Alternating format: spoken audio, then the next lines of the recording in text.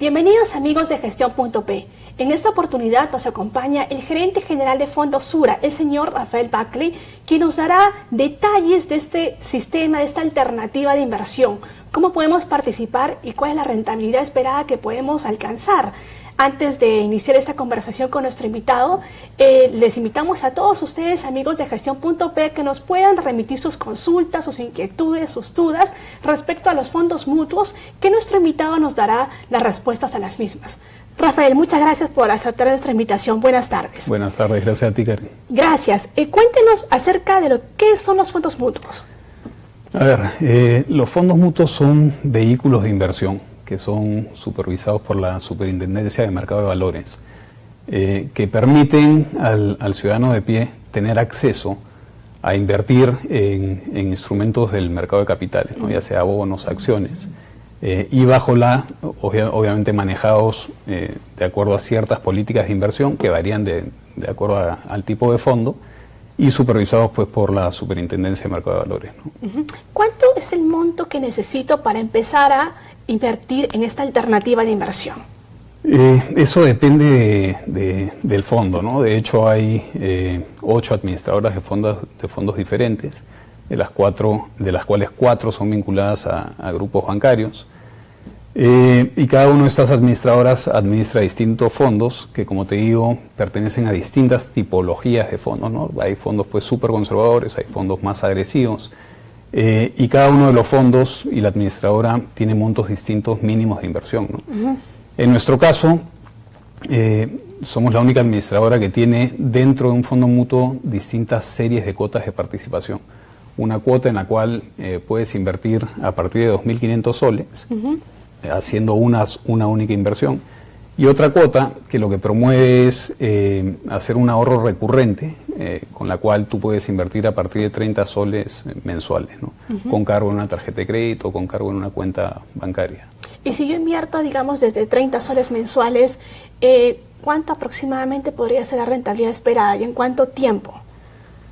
Otra vez, mira, eso depende del riesgo que quieras asumir, ¿no? De hecho, esta forma de ahorro recurrente, con cargo en tarjeta y montos pues bastante chicos, lo que apunta es a darle a la gente una herramienta que le sirva para disciplinar su ahorro, ¿no?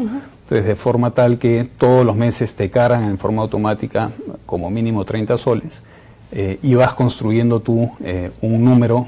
Digo, creo que la parte más difícil aquí es que la gente realmente sea consciente de la importancia de ahorrar, y cómo hacer para construir ese ahorro, ¿no? Entonces, por ejemplo, tú dices, pues, a ver, yo quiero ahorrar para la universidad de mis hijos. Tienes un hijo recién nacido que va a entrar a la universidad en 17 años, y lo que quieres es ir construyendo ese ahorro. Entonces, lo primero que tienes que ver es cuál es tu capacidad de ahorro, ¿no? El ahorro, normalmente la gente lo asocia con un producto bancario, pero la palabra ahorro significa lo que te quede de tus ingresos después de tus gastos, ¿no? Entonces, si tú tienes una capacidad de ahorro de, digamos, 50 soles, y eso es lo que puedes aportar al fondo todos los meses, tendrías que multiplicar 50 por 12 meses, ¿no es cierto? Y eso por 17 años, y eso te va a dar un monto. Digamos que te da, pues, voy a decir cualquier número, pero digamos que te da, pues, 15.000 soles. Y la universidad, tú estimas que te cueste, pues, 50.000. Quiere decir que por aportes vas a llegar a 15, pero luego tienes que construir por rentabilidad de esos aportes hasta 50.000. Entonces, es esa rentabilidad o esa diferencia entre 50 y 15 la que te va a dar la tasa de rendimiento que tienes que tener para cumplir tu objetivo de ahorrar 50.000 soles en 17 años, ¿no? Entonces, una vez que sabes la tasa, ya sabes qué tipo de inversión es la que tienes que tomar, si es que es una inversión conservadora o si es algo más arriesgado, ¿no? Bueno, ahora sí vamos a responder algunas de las consultas de nuestros participantes, de nuestros amigos de Facebook. Beto Quispe Benítez, muchas gracias por participar, nos pregunta: ¿cómo afecta el impuesto a la renta a mis rescates o a mis ganancias? ¿A cuánto se retiene?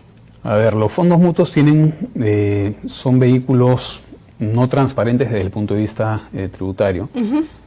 Antiguamente lo que pasaba era que tú atribuías rentas por cada uno de los instrumentos que estaban dentro del fondo, ¿no? Entonces, digamos que tenías un depósito a plazo que está exonerado, un bono corporativo que tenía una tasa, un bono soberano que estaba inafecto, acciones, lo que fuera.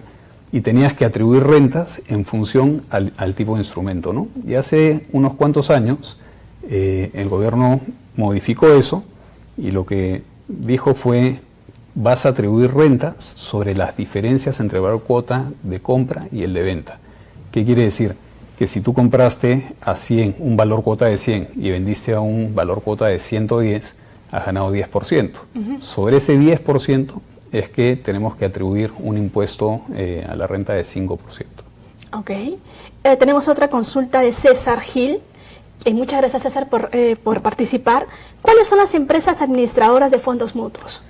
A ver, está Credit Corp Capital, tienes a Interfondos, Scotia Fondos, BBVA y Sura, que son las que pertenecemos al gremio de fondos mutuos, ¿no? Y adicional a eso tienes una que es Promoinvest, Diviso y AdCap. También tenemos otra consulta de Aida Sakoluk, que nos pregunta: ¿qué empresas o bancos ofrecen fondos mutuos? Me interesa el producto. Mira, son las administradoras, las que acabo de comentar, tienen una fuerza de ventas propia, todas ellas. Adicionalmente, las administradoras que son parte de un grupo bancario distribuyen sus fondos mutuos a través de las redes de distribución de los bancos, ¿no? En las agencias de los bancos. Nosotros, adicionalmente, además de tener una fuerza de ventas propia, distribuimos a través del BANBIF. Tenemos un acuerdo con el BANBIF y un acuerdo nuevo con GNB también. Jean-Paul Pasos nos pregunta: ¿por qué escoger un fondo mutuo y no un depósito a plazo? Perfecto. A ver, yo creo que uno tiene que escoger los dos, ¿ya? ¿Por qué? Porque ¿cómo haces tú para mitigar el riesgo? O sea, normalmente, y esto pasa con todos nuestros clientes, la gente quiere la máxima rentabilidad con el menor riesgo posible, ¿ya? Pero cuando hablas de riesgo, en realidad el tema es bien amplio. Entonces, si tú inviertes en un depósito a plazo, si invertiste en Lehman Brothers en el año 2008, el cuarto banco más grande del mundo, y el banco quiebra, ¿ya? Tú tienes un fondo de seguro de depósito que te cubre parcialmente lo que invertiste, si es que superas cierto límite, ¿no? Entonces, creo que ese riesgo de crédito es un riesgo que se diversifica muy bien en un fondo mutuo. En un fondo mutuo lo que tú tienes es un equipo de inversiones que gestiona las inversiones en función de una política de inversión, y tienes a un equipo de riesgos que le va haciendo seguimiento al equipo de inversiones en cuanto a límites y tanto, ¿no? Entonces, lo que tiene de bueno el fondo es que de por sí es un instrumento que está altamente diversificado, ¿no? Tú inviertes 1.000 soles en un fondo o 30 soles a través del plan recurrente, y lo que vas a tener es exposición a 100 instrumentos distintos, ¿no? Uno de los cuales probablemente sea el mismo depósito que elegiría la persona si es que decide por el depósito, ¿no? A ver, el depósito a favor tiene que tú de antemano conoces la tasa de interés que vas a ganar, ¿no? Tú vas con el banco, pactas un depósito, te dicen te voy a pagar 5% y esa es la tasa que vas a recibir, cosa que no pasa en un fondo mutuo, ¿no? En un fondo mutuo básicamente tu rentabilidad va a estar en función a la diferencia entre el valor cuota del momento que vendes contra el valor cuota que compraste, ¿no? Más o menos puede ser un estimado por la cartera de inversiones que tiene el fondo de cuánto puede rendir, pero no le puedes garantizar a nadie que va a rendir eso, ¿no? Y un tema sumamente importante de los fondos es la liquidez, ¿no? Tú entras al fondo hoy día y prácticamente mañana, si es que necesitas la plata, puedes salir del fondo, ¿no? Eso es inmediato, o sea, como usted me indica, si necesito dinero ahora... Depende del fondo, pero la mayoría de fondos son así, ¿no? Hay fondos que sí tienen un plazo de permanencia más largo y si te sales te cobran penalidades antes y tanto, ¿no? Pero la mayoría, el grueso de los fondos tienen liquidez diaria. Carlos Castro nos pregunta, muchas gracias Carlos, ¿cuáles son las tasas de interés aproximadas de los tipos de fondos que ofrece Sura? A ver, uno no puede garantizar la rentabilidad, ¿no? Pero sí lo que te puedo decir es lo que viene pasando en lo que viene del año. Tú tienes dentro, te decía que tienes distintas tipologías, ¿no? Entonces, tú solamente tienes dos formas de aumentar la rentabilidad de un portafolio. O aumentas el riesgo, ¿no? En vez de irte al banco más grande, te vas a la caja más chica, te va a pagar más tasa, o aumentas el horizonte de inversión. En vez de cerrar un depósito a plazo a 30 días, cierras un depósito a plazo a 1 año o a 2 años, ¿no? Te va a pagar más tasa. Entonces, dentro de las tipologías de fondos, nosotros tenemos fondos que se conocen como fondos de muy corto plazo, que son fondos que por regulación no pueden tener una duración mayor de 90 días. ¿Ya? ¿Qué quiere decir? Que el promedio de los instrumentos en los que invierte no puede vencer a más de 90 días. Después tienes los fondos de corto plazo, que su duración máxima es de 365 días, y luego tienes los fondos de mediano plazo, que ya se van a horizontes más largos, ¿no? Entonces, si tú quieres buscar ganar algo más, tendrías que ir migrando de un fondo de muy corto plazo a uno de corto, a uno de mediano, y si quieres riesgo, ya están todos los fondos de renta variable, ¿no? O sea, hoy día tú puedes invertir a través de Sura en fondos de acciones norteamericanas, fondos de acciones europeas, fondos de acciones de mercados emergentes, en un fondo de la bolsa local. Claro, el año pasado ese fondo rindió 52%, y la gente dice, bueno, entonces voy a ese activo que fue el que más rindió, pero en realidad el ejercicio que tiene que hacer la gente es tomar un cuestionario de inversiones, juntarse con un asesor de Sura, que le hagan el ejercicio de perfilamiento, que el cliente conozca realmente cuánto riesgo está dispuesto a tomar para conseguir la rentabilidad deseada, y en función a eso hacer un plan de inversiones, ¿no? Entonces, tasas es muy difícil saber. Te puedo hablar de retornos del año pasado: fondo de acciones locales 52%, fondo de acciones de Estados Unidos 8.8% en dólares, fondo de mercados emergentes 6.5%, fondo de acciones europeas alrededor de 1.5%, ¿no? Y los fondos de renta fija va a depender de si son muy corto o mediano, pero te diría que han estado en torno desde 4,5% hasta 6.2%, ¿no? Tenemos otra consulta de Daniel RS. Nos pregunta, ¿es lo mismo invertir en fondos mutuos que invertir en bolsa de valores? No es lo mismo. En el fondo mutuo lo que tú haces es contratas a un manager, en este caso, por ejemplo, nosotros somos fund manager o administradores de fondos, y lo que la administradora de fondos cobra una comisión por administrar cada uno de los fondos, que varía de acuerdo al tipo de fondo. Pero en estricto, uno decide poner su plata en un fondo mutuo y pagarle al administrador del fondo, porque cree que el administrador del fondo es capaz de generar más valor que uno mismo invirtiendo en la bolsa de valores. ¿Me explico? Entonces, claro, tú inviertes en un fondo, digamos, el ejemplo más claro que tengo es el fondo de acciones locales, ¿no? Nosotros tenemos un índice contra el cual nos comparamos, y nuestro equipo de inversiones lo que busca es ganarle a ese índice. ¿Qué puede pasar y qué pasó, de hecho, en el año 2008, por ejemplo, que hubo una crisis? Ese fondo está dentro de una tipología de fondo de renta variable. Entonces, por reglamento de la superintendencia, lo mínimo que podemos tener dentro de la bolsa local es 75%. Entonces, claro, cuando la bolsa se cae, nosotros no es que podamos vender todas las posiciones y ponernos en cash, sino que tenemos que tener al menos 75% invertido en eso, ¿no?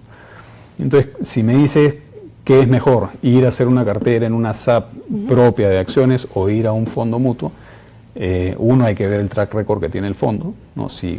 Qué tan bien le ha ido contra el índice de referencia, y dos, los costos, ¿no? O sea, esos fondos tienen un costo de administración, pero operar en la bolsa directamente también tiene un costo de administración. ¿Y dónde puedo ver esa comparación? Esa comparación, no hay ningún lugar público en el cual uno pueda ver eso, ¿no? Tendrías que comparar el tarifario que tiene cada una de las sociedades agentes de bolsas versus nuestra comisión de administración, y hacer el ejercicio de cada cuánto quieres rotar el portafolio, ¿no? O sea, en realidad nosotros no rotamos mucho el portafolio, son inversiones pues estratégicas de largo plazo. El negocio de una sociedad agente de bolsa es más bien una alta rotación, ir buscando lo que se conoce como el market timing, ¿no? Buscar ganancias de corto plazo y comprar y vender muy rápido, ¿no? Tenemos otra consulta de Rocío Acuña. Rocío, muchas gracias por participar. ¿Hay algún mínimo de años para invertir? No hay un mínimo de años. De hecho, como te comentaba, una de las características de los fondos es que tienes liquidez diaria, y por reglamento tenemos que valorizar los fondos, dicho sea de paso, con precios que nos manda un proveedor externo a todas las administradoras, pero hay que valorizarlos todos los días, ¿no? Y por tanto hay que garantizar que podemos dar liquidez diaria a los partícipes. Pero aprovecho esa pregunta para, digamos, enfocarla por otro lado, ¿no? Yo creo que dependiendo del horizonte de inversión de cada una de las personas, es que uno hace la mezcla de fondos que necesita, ¿no? Me explico.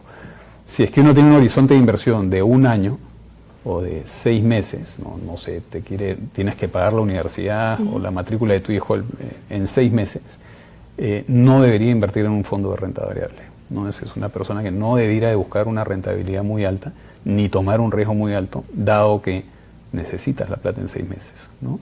Entonces, para ellos es recomendable hacer una mezcla de portafolio, o un portafolio, más bien de fondos más de corto plazo, más conservadores, ¿no? Pero si tú me dices, oye, no, lo que yo quiero es ahorrar otra vez para la educación de mis hijos en 15 años, probablemente esa persona sí tenga un perfil para tomar fondos que tienen algo más de riesgo, ¿no? Como fondos de renta variable. Luego tenemos otra consulta de Luis Nonato. Muchas gracias, Luis, por participar. Ante la volatilidad que viene presentándose el tipo de cambio a nivel global, ¿qué porcentaje de patrimonio recomendaría como inversión y qué tipo de fondo de corto o largo plazo o local o internacional? A ver, no hay una sola respuesta a eso, ¿no? Yo creo que cada individuo tiene sus propias particularidades. Luis, creo que parte de la pregunta de Luis también tenía que ver con el tipo de cambio, ¿no? ¿Qué me conviene más invertir en soles o en dólares, mercado local o mercado de afuera? ¿Cómo es nuestro proceso? Nuestro proceso de asesoría es, nos juntamos con cada una de las personas, analizamos cuál es su perfil de inversionista y sobre eso proponemos una mezcla de fondos, un pie, ¿no es cierto?, de fondos, y eso se conoce como asset allocation estratégico. Es lo que estratégicamente tú debieras mantener en el plazo que has elegido para cumplir con tus objetivos, ¿no? Pero otra de las cosas que hacemos también es asset allocation táctico, porque Sura tiene un equipo de analistas y tiene un view del mercado, ¿no? Entonces, creemos que sabemos qué es o manejamos pues probabilidades de escenarios de qué es lo que podría pasar dado las tasas de interés, dado Trump, dado Brexit, dado lo que sea, ¿no? Entonces, dado que hay un asset allocation táctico, sí damos recomendaciones puntuales sobre cambios tácticos que tiene que hacer alguien en el portafolio, ¿no? A grandes rasgos, te diría que sobre el tipo de cambio, es distinto una persona que tiene deudas, por ejemplo, en dólares, que una persona que no las tiene, ¿no? Es distinto una persona que su gasto corriente está en dólares que una que está en soles, ¿no? Y creo que eso debiera de pesar mucho en la decisión de cómo alocas o cómo asignas las monedas de tu portafolio. Y en términos de qué tan global debo estar, yo lo que considero y hacia donde estamos yendo en Sura es si es que un fondo de pensiones de afuera, una compañía de seguros de afuera, grande, tiene un portafolio global en el cual el peso que le asigna a Perú es mínimo, ¿no es cierto? Debiéramos darle a nuestro cliente algo parecido a eso, ¿no? Entonces, siempre nuestras recomendaciones van a ser pues más globales que locales. Sin embargo, obviamente el vehículo es local y por ser local tiene un beneficio tributario, ¿no? Tenemos otra pregunta de Santiago Arguedas Vargas. Muchas gracias, Santiago, por participar. Si invierto en la bolsa de valores y de pronto la rentabilidad cae, ¿hay probabilidad de perder parte de mi capital? Sí, totalmente, totalmente, ¿no? En el año 2006 la bolsa de valores local rindió 165%. En el 2007, con cargo a confirmarlo, me parece que estuvo en alrededor de 55%. Y esos fueron 2 años en los cuales salía mucho en los medios la rentabilidad de la bolsa y te encontrabas con el amigo y el amigo te decía, mira lo que he ganado en la bolsa. Entonces hubo mucha gente que comenzó a invertir en la bolsa. Pero esto es cíclico, pues, ¿no? Hay años buenos y hay años malos. Y en el 2008 viene la crisis financiera de Estados Unidos y hay un contagio a mercados como el peruano y la bolsa cae 55%, ¿no? Entonces, claro, lo que hay que saber es que algo que sube 165% tranquilamente puede caer 55%, ¿no? El truco de esto no es especular. En Estados Unidos había una frase que era que no importa el market timing, ¿no? O sea, no hagas market timing, no trates de predecir cuál es el mejor momento de entrada del mercado, sino que lo que importa es el timing de market, el tiempo que permaneces tú invertido en el mercado, ¿no? Entonces la bolsa sí puede tener periodos negativos de corto y mediano plazo. El truco para invertir en bolsa es realmente tener un horizonte de inversión largo o estar dispuesto a especular en el corto plazo, pero sabiendo que puedes perder plata, ¿no? Así es. Luego tenemos a Gabriel Sedano Guamán. Muchas gracias, Gabriel, por participar. Estoy interesado en el fondo de muy corto plazo, en soles. ¿Cómo cree usted que estará este fondo este año? ¿Cuáles son los riesgos? ¿Cada 90 días podría retirar la ganancia? A ver, esos son fondos que en realidad se considera que tienen bajo riesgo, ¿no? Uno de los riesgos que uno tiene que mirar es el riesgo de crédito, es el riesgo de que yo pongo mi plata en una institución y qué pasa si es que la institución quiebra, ¿no?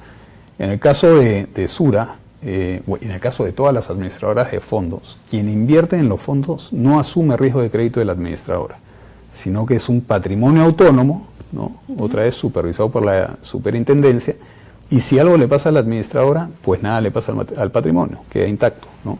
Pero el patrimonio tiene distintos riesgos de crédito. Entonces, por ejemplo, nuestro fondo de corto plazo invierte en el banco A, banco B, banco C, invierte por ahí en un papel comercial, ¿no? en algún instrumento de corto plazo que lo permita las políticas.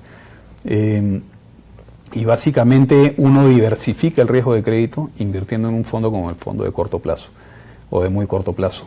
Pero ¿qué otros riesgos puedes tener dentro del fondo, ¿no? Por ejemplo, el riesgo de tasas de interés, o sea, que suban las tasas de interés, eso a un portafolio de renta fija le puede impactar.